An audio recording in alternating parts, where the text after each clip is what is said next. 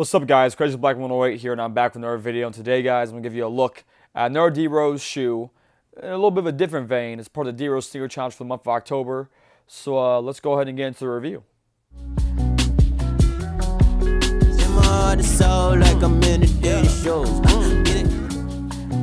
So, guys, usually, when doing one of these reviews, I, show you the box they came in, but I don't have the box they came in. I don't have both sides of the shoe. I only have one side of the shoe. Because it's an auction I went off of eBay that I hadn't even realized that I had entered in, but it was for the Adidas TS Supernatural creators, and this shoe is a signed one by Drose.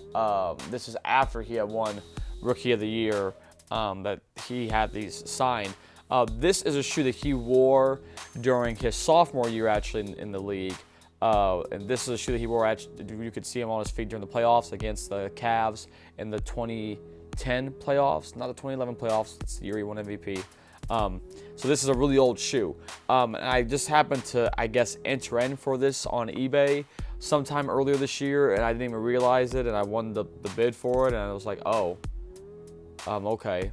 And I didn't even realize that it was only for one shoe when I had entered the bid and all this other stuff. But what's really neat about this for me is that it's an opportunity and chance for me to show you guys this shoe and a dead stock capacity, which I haven't been able to do before.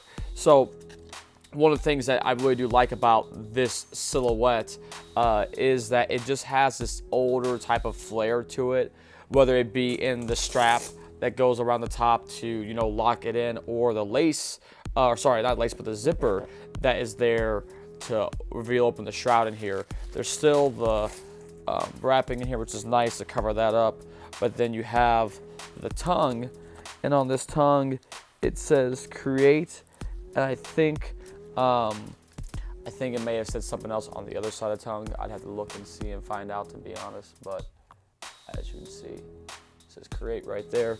This is a men's size 11 and a half.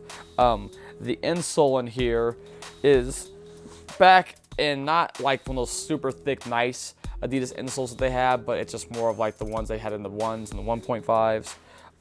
The midsole is comprised of Adidas.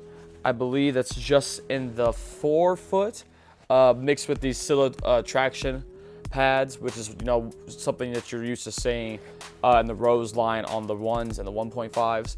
You do have Derek's signature here on the side of the shoe, which is nice as well too. It's a little bit different than how he would sign later on, and you can tell, his signature. If you have enough things, if you looked at his signature, or you have enough of the shoes, or it has a signature on it, you see that his signature kind of developed over the years, and so that's how it looks on these, But the other thing with this shoe that I think is really nice and cool is that there's tons of padding in the collar, and the padding in this collar isn't GeoFit, but it is a real nice soft padding foam on there that's super comfortable for the shoe itself. And some of the other cool facts about this shoe is that, designer wise, the shoe was designed by Robbie Fowler, who, if I remember correctly, designed the Rose 1, 1.5, 2, and 2.5. I don't believe he did the 3s, but he designed this shoe as well, and he, used the whole pure motion setup is a thing that harkens back to feet you wear, like we've discussed, and that's something that the design language is implemented throughout this shoe as well with this pure motion setup. And that's also, again, deals with the Silla pad, traction pads with that pure motion setup, which is just meant to give you a lot of corp feel, a lot of good grip and multi-directions, which is super nice. There is a shank plate in the shoe, well, not a shank plate, but I should say a torsion support plate in the shoe, and then there's a heel ankle cup that isn't the sprint frame. And again, the padding in there isn't GeoFit, but is a really nice padding on the shoe, which I happen to thoroughly enjoy. And the Adidas is only here in the forefoot, not in the heel, like it will later be in the Rose 1s. And so that's some of the cool things about this shoe. I really kind of dig just this silhouette, and I wish it was easier to find. I wish Adidas would like to retro them. The other cool thing too is on the lateral side of the shoe as well, you do have that one there, which is to represent Derek's jersey number, which is super cool and dope, and just another nice, cool feature on the shoe. There is a certification I know that I thought was in here, or maybe I took it out, but there's a certification showing that the signature was authentic.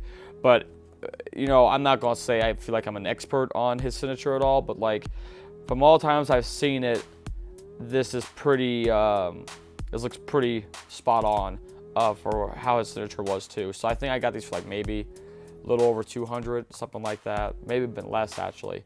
But either way, I think it's cool. It's nice to have. Be nice if it is a complete set, but you know, it's not a big deal. So yeah, I hope you guys enjoyed this look at the Adidas TS Supernatural creators in this black and white colorway. I'll be back with more reviews here tomorrow with another Drose shoe, which is actually a shoe that was planned to be reviewed but got requested within the last couple of videos. So hopefully, man, you'll like that video and you'll check it out. So until then, guys, peace. I'll see you guys later. Bye.